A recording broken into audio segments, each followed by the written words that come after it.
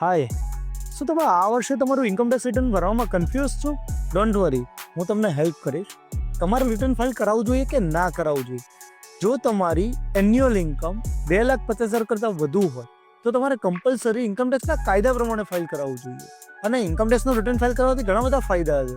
જેમ કે તમારું લોનનું પ્લાનિંગ કરવું હોય, ફ્યુચરમાં તમારે ઘર લેવું હોય, ગાડી લેવી હોય, યા કોઈ બિઝનેસ અંગે રિક્વાયરમેન્ટ હોય, તો તમારું ઇન્કમ ટેક્સ રિટર્ન જે ફાઇલ કરેલું હોય ને, એ તમારા ઇન્કમ એસ્ટિમેશન માટે હેલ્પફુલ થશે. સેકન્ડ, તમારા ટર્મ પ્લાન માટે પણ ઇન્કમ ટેક્સ રિટર્ન જ હેલ્પફુલ થાય છે.